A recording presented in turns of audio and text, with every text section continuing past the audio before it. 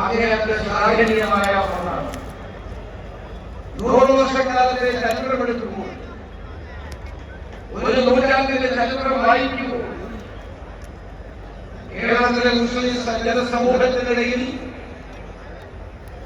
മതപരമായ ഔന്നത്യം ഉയർത്തിപ്പിടിക്കാൻ വേണ്ടിയിട്ടുള്ള പ്രവർത്തനങ്ങൾക്ക് നേതൃത്വം കൊടുക്കാൻ കഴിഞ്ഞ ഏറ്റവും വലിയ പ്രസ്ഥാനമാണ് സമസ്ത. അതോടൊപ്പം തന്നെ ആധുനിക കാലഘട്ടത്തിന്റെ പ്രത്യേകതകൾ ഉൾക്കൊണ്ടുകൊണ്ട് നമ്മുടെ യുവാക്കൾക്ക്, യുവതികൾക്ക്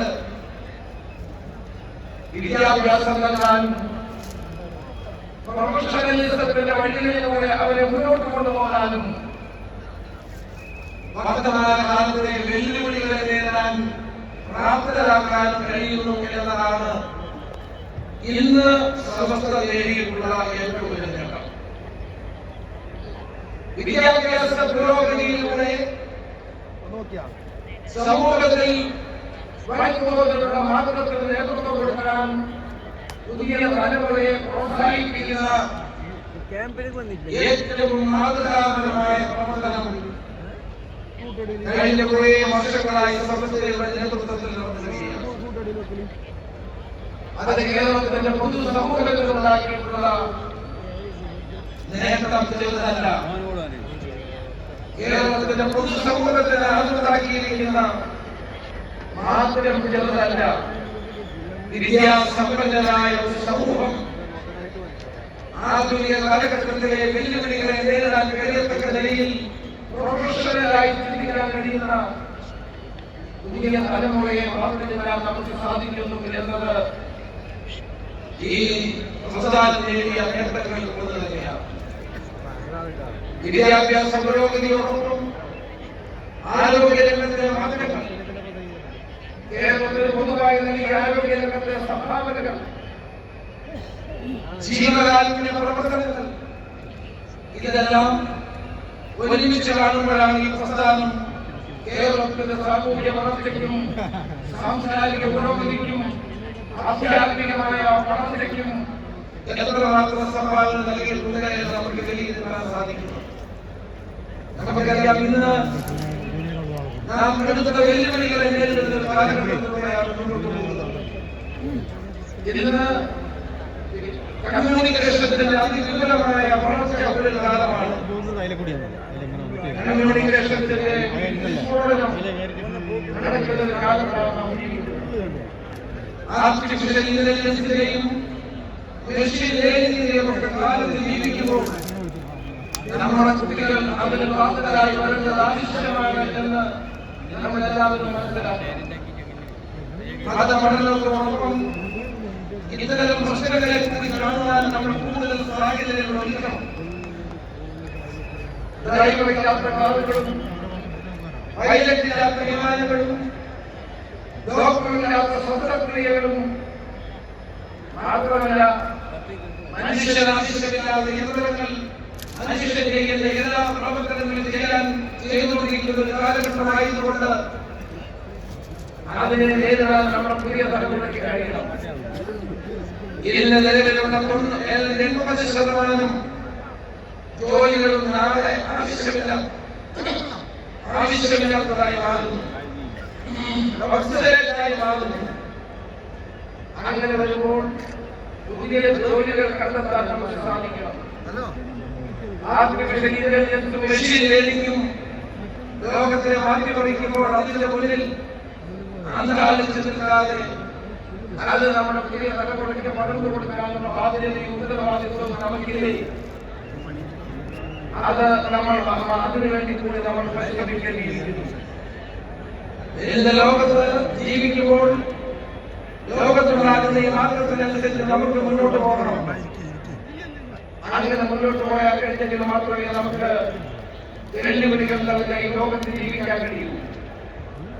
നമ്മൾ ജീവിക്കുന്ന ഈ സമൂഹം അടുത്ത മത്സരാധിഷ്ഠിതമായ സമൂഹമാണ്. എല്ലാവരും ഒന്നാമനാകാൻ ശ്രമിക്കുന്ന ഒരു സമൂഹമാണ്. വെല്ലുവിളികളാണ് കൂടുതൽ നമ്മുടെ മുമ്പിലുള്ളത്. ആ വെല്ലുവിളികളുടെ മുമ്പിൽ പോകാതെ പിടിച്ചു നിൽക്കാനും മുന്നോട്ട് പോകാനും കഴിയുന്ന ഒരു തലമുറയെ വാർത്തെടുക്കാനുള്ള ഉത്തരവാദിത്വം സമസ്തയ്ക്കുമുണ്ട് എന്ന് ഞാൻ വിശ്വസിക്കുന്നു. ആ നിലയിൽ നിങ്ങളുടെ പ്രവർത്തനങ്ങൾ മുന്നോട്ട് പോകുന്നതിൽ മനസ്സുകൊണ്ട് വളരെയധികം സന്തോഷിക്കുന്ന ഒരു വ്യക്തിയാണ് ഞാൻ എന്ന് കൂടി പറയുവാൻ ഞാൻ ആഗ്രഹിക്കുകയാണ്. ഇന്ന് വേണുഗോപാലോട് പറഞ്ഞതുപോലെ നമ്മുടെ രാജ്യം വലിയ വെല്ലുവിളികളെ നേരിടുന്ന ഒരു കാലമാണ്. മതവും മതപരമായ ചിന്തകളും ഇന്ന് മനുഷ്യനെ എത്രമാത്രം ഓരോ തരത്തിലും മറ്റു തെറ്റായ പ്രവണതകളിലേക്ക് വഴിതെളിക്കുന്നുവെന്നുള്ള ഉദാഹരണങ്ങളാണ് നമ്മൾ ഇന്ത്യയിൽ കണ്ടുകൊണ്ടിരിക്കുന്നത്. ഭാരതം എല്ലാ മതങ്ങൾക്കും സ്വാതന്ത്ര്യമുള്ള നാടാണ്. സർവധർമ്മ സമഭാവം, ഇതാണ് നമ്മൾ സ്വാതന്ത്ര്യം കിട്ടുന്നതിന് എത്രയോ നൂറ്റാണ്ടുകൾക്ക് മുമ്പ് തന്നെ നമ്മൾ ഉയർത്തിപ്പിടിച്ച യഥാർത്ഥമായ ചിന്തകൾ. എല്ലാ മതങ്ങൾക്കും തുല്യമായ അവസരം നൽകുന്ന ഒരു രാജ്യമാണ് ഭാരതം. കടന്നു വന്ന എല്ലാ മതങ്ങൾക്കും തുല്യമായ പരിഗണന നൽകിയ ജനസമൂഹമാണ് ഇന്ത്യയിൽ ഉണ്ടായിട്ടുള്ളത്. ആ സമൂഹങ്ങളെ തമ്മിലടിപ്പിക്കാൻ ബോധപൂർവമായി നീക്കണമെന്നും ഇവിടെ മുഗൾ രാജാക്കന്മാർ 3 വർഷത്തിലേറെ ഇന്ത്യ ഭരിച്ചു. മുഗൾ രാജാക്കന്മാർ ഇന്ത്യ ഭരിച്ചപ്പോൾ അവരാരും ഹിന്ദു മതവിശ്വാസികളെയോ ബുദ്ധമതവിശ്വാസികളെയോ ജൈന മതവിശ്വാസികളെയോ ഇന്ത്യയിൽ നിന്ന് ആട്ടി ഓടിച്ചിട്ടില്ല. മുസ്ലിം മതവിശ്വാസികളായിട്ടുള്ള മുഗൾ രാജാക്കന്മാർ ഇസ്ലാം മതത്തിന്റെ പരിപോഷണം ആഗ്രഹിച്ച് പ്രവർത്തിക്കുമ്പോഴും മറ്റു മതവിശ്വാസങ്ങളെ ആദരിക്കാനും ബഹുമാനിക്കാനും അവരെ ഇവിടെ നിലനിർത്താനും വേണ്ടി ശ്രമിച്ചിട്ടുണ്ട്. മാത്രമല്ല മറ്റു മതങ്ങൾക്ക് പരിഗണന നൽകിയിട്ടുണ്ട്. ഈസ്റ്റ് ഇന്ത്യ കമ്പനി ഇന്ത്യ ഭരിച്ചു, 100 വർഷത്തിലേറെ ഭരിച്ചു. അവരും ഒരിക്കലും ക്രൈസ്തവ മതം ഇവിടെ അടിച്ചേൽപ്പിച്ചില്ല. ക്രിസ്ത്യാനികളാണെങ്കിലും അവർ മറ്റുള്ള മതവിശ്വാസികളെ ആദരിച്ചു, ബഹുമാനിച്ചു. ദൗർഭാഗ്യവശാൽ ഇന്ന് അത്തരം പ്രവണതകളെ അല്ല നമ്മൾ കണ്ടുകൊണ്ടിരിക്കുന്നത്. ഇവിടെ എല്ലാ മതങ്ങളെയും അടിച്ചമർത്തിക്കൊണ്ട് ഭാരതം ഒരു മതവിശ്വാസം മാത്രം മതി എന്ന നിലയിൽ പ്രവർത്തിക്കാൻ വേണ്ടിയിട്ടുള്ള പ്രേരണകൾ നൽകുന്ന ഭരണകൂടങ്ങളുടെ പ്രവർത്തിക്കുന്നു. ഭരണകൂടത്തിന്റെ പ്രവർത്തനം അങ്ങനെയാകാൻ പാടുണ്ടോ? ഭരണകൂടം പ്രവർത്തിക്കേണ്ടത് എങ്ങനെ? ഭരണഘടനയുടെ അടിസ്ഥാനത്തിലായിരിക്കണം. നമ്മുടെ ഭരണഘടന ഒരു മതനിരപേക്ഷ രാഷ്ട്രത്തെയാണ് വിഭാവനം ചെയ്യുന്നത്. നമ്മുടെ ഭരണഘടന മതനിരപേക്ഷതയിൽ ഊന്നിക്കൊണ്ടാണ് പ്രവർത്തിക്കുന്നത്. ആ ഭരണഘടന തൊട്ട് സത്യം ചെയ്ത് അധികാരത്തിൽ വരുന്ന ഭരണകൂടങ്ങൾ അതിന് വിരുദ്ധമായി പ്രവർത്തിക്കുന്നത് ഭരണഘടനാ വിരുദ്ധം തന്നെയല്ലേ? നമ്മുടെ പാരമ്പര്യം എന്താണ്? ജാമിഅ മില്ലിയ യൂണിവേഴ്സിറ്റിയിലേക്ക് അക്രമകാരികൾ കടന്നു വന്നപ്പോൾ അന്നത്തെ പ്രധാനമന്ത്രി പണ്ഡിറ്റ് ജവഹർലാൽ നെഹ്റു ഒറ്റയ്ക്ക് അവരുടെ മുമ്പിൽ ചെന്ന് നിന്നു. കൈകൾ കൊട്ടിക്കൊണ്ട് പറഞ്ഞു, ആദ്യം നിങ്ങളല്ലേ, നിങ്ങൾ ഇങ്ങോട്ട് കടന്നു വരുന്നത്. ഡൽഹിയിലെ ജാമിഅ മില്ലിയ യൂണിവേഴ്സിറ്റിയുടെ മുമ്പിൽ കൈകൾ കൊട്ടിക്കൊണ്ട് അക്രമകാരികളെ തടഞ്ഞ ജവഹർലാൽ നെഹ്റു എന്ന പ്രധാനമന്ത്രിയുടെ നാടാണിത്. അദ്ദേഹമാണ് യു.പിയിൽ ന്യൂനപക്ഷങ്ങൾക്ക് വേണ്ടി മാത്രമല്ല എല്ലാവർക്കും വേണ്ടി അലിഗഡ് മുസ്ലിം സർവകലാശാല ഉണ്ടാക്കിയത്. ഇതെല്ലാം ഈ രാജ്യത്തിന്റെ മഹത്തായ പാരമ്പര്യത്തിൽപ്പെടുന്നതാണ്. ഭരണഘടനയിൽ മതന്യൂനപക്ഷങ്ങൾക്ക് പ്രത്യേക അധികാര അവകാശങ്ങൾ കൊടുത്തത് ജവഹർലാൽ നെഹ്റുവും ഇന്ദിരാഗാന്ധിയുടെ കാലഘട്ടത്തിലായിരുന്നു. കാരണം ഭൂരിപക്ഷത്തിന്റെ ഉത്തരവാദിത്തമാണ് ന്യൂനപക്ഷങ്ങളെ സംരക്ഷിക്കുക എന്നുള്ളത്. ഭൂരിപക്ഷത്തിന്റെ ബാധ്യതയാണ്, അവരുടെ ഉത്തരവാദിത്തമാണ് ന്യൂനപക്ഷ സമൂഹങ്ങളെ അവരുടെ സ്വപ്നങ്ങളെയും പ്രതീക്ഷകളെയും താല്പര്യങ്ങളെയും സംരക്ഷിക്കുക എന്നുള്ളത് കണ്ടുകൊണ്ടാണ് ഇന്ത്യൻ ഭരണഘടനയിൽ മതന്യൂനപക്ഷങ്ങൾക്ക് പ്രത്യേകമായ അധികാര അവകാശങ്ങൾ എഴുതി ചേർത്തത്. വിദ്യാഭ്യാസ സ്ഥാപനങ്ങൾ തുടങ്ങാൻ, മതപരമായ പ്രവർത്തനങ്ങൾ നടത്താൻ, പ്രത്യേക ആനുകൂല്യങ്ങൾ അവർക്ക് വളർന്നു വരാൻ വേണ്ടി നൽകാൻ ഒക്കെ ഭരണഘടനയിൽ വകുപ്പുകൾ എഴുതി ചേർത്തത് കോൺഗ്രസ് പാർട്ടിയുടെ നേതൃത്വത്തിലുള്ള ഗവൺമെന്റുകൾ ചെയ്തത് അതുകൊണ്ടായിരുന്നു. കാരണം ഇന്ത്യയിലെ 20 കോടി വരുന്ന മുസ്ലിങ്ങളെ മാറ്റി നിർത്തിക്കൊണ്ട് ഒരു രാജ്യത്ത് പ്രവർത്തിക്കാൻ ഒരു ഭരണകൂടത്തിന് കഴിയുമോ? കഴിയില്ലെന്നാണ് എന്റെ വിശ്വാസം. 20-25 കോടി ജനസംഖ്യയുള്ള 20-25 കോടി ജനസംഖ്യയുള്ള ഒരു രാജ്യം മുസ്ലിം സമൂഹത്തെ മാറ്റി നിർത്തിക്കൊണ്ട് നമ്മുടെ രാജ്യത്ത് ഒരു ഭരണകൂടത്തിന് പ്രവർത്തിക്കാൻ സാധ്യമല്ല എന്നുള്ളതാണ് എന്റെ വിശ്വാസം.